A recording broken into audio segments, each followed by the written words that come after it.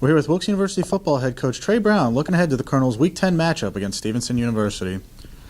Coach, freshman quarterback Nicholas Geimer ran for 171 yards on the ground, the most yards by a Wilkes player since 2013. First, tell us about Geimer's vision, and then about the offensive line. Yeah, we felt Nick's done a great job. This was his second start. I think he's a real asset, a real weapon running the football. So we made sure we had enough designed runs for him. And the offensive line obviously just did a great job, up front. And then the nice thing is when we didn't have designed runs, if we dropped back to pass and we couldn't find a receiver or no one was open, Nick's got a pretty good clock in his head that he's able to tuck the ball down and take off and run. So a lot of the credit goes to the guys up front. And then Nick's got some good vision, once he hits the hole, as you mentioned. So we were really pleased that we were able to run the ball. I think we ran the ball for over 200 yards maybe, and he had 170-something like you mentioned. So it was good. Hopefully he can keep progressing along, and the O-line can keep creating big holes up front for us. Now, Lucas Wood and Bud Moyer each had 2 sacks as we took down Albright's quarterback 6 times last week. Talk to us about the play of the front 7 on defense. Yeah, I'll tell you, the front 7 I thought were exceptional. And I don't mean that the back 4 were not good. Vignola's an exciting quarterback that Albright has, and he moves around and creates a lot of matchup issues if the pocket breaks down. But I think the front 7 really, really came out and played at a high level. And I just want to make a note. I think the progress defensively has been really, really cool and really good to watch. We're young up front. Everybody in our secondary, this is their first year playing defensive back. I would say our collection of linebackers are probably our most seasoned group.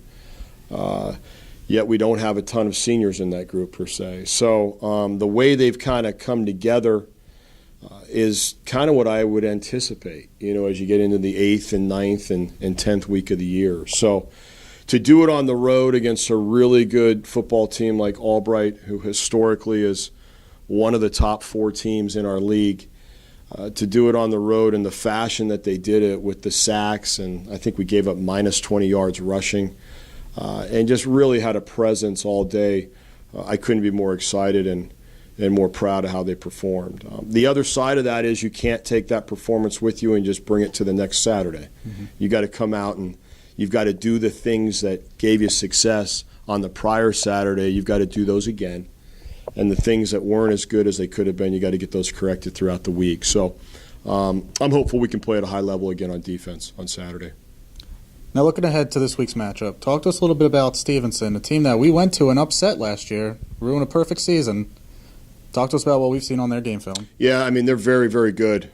Obviously they're well coached, and obviously when you know how to win, which is what they did last year, you know what it takes to prepare to win. You know how winning feels, and it becomes pretty contagious. And I think when you watch them on tape, the quarterback is excellent, makes a lot of great decisions.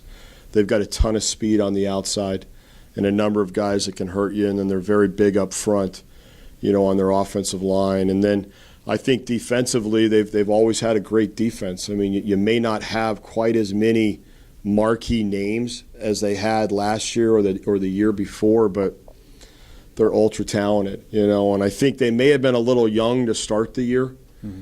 But we're getting into week 9 now, and those guys that have been playing since week 1 and 2, at this time of year, I don't care if you're a freshman or a sophomore, when you have that many snaps under your belt for that long of the season, there's things you start to do a little bit better. So I got a lot of respect for them, what they do offensively, defensively, and then I think the kick game with some of their skill and the way they can run, and I think they spend time on it, which is another big component.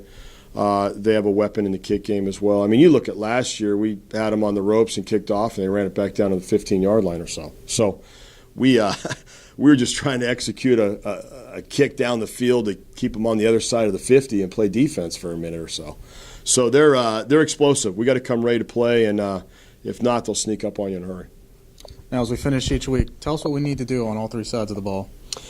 Well, I think I came in here last week and I said one of the key things for us offensively was going to be to do a great job up front and control the line of scrimmage. And the way we're built right now is I don't know if we're going to go out and drop back and throw the ball 60 times, in the game. So if you're going to have to mix the run with the pass, which we have to do, run the ball efficiently, protect when you are throwing, I think we still have to do a great job up front. I'm going to add to that, though, we did not do a good job last week of taking care of the football. Okay, we had 5 interceptions. One was a desperation at the end, so I'd say 4 true interceptions, and then we had a fumble.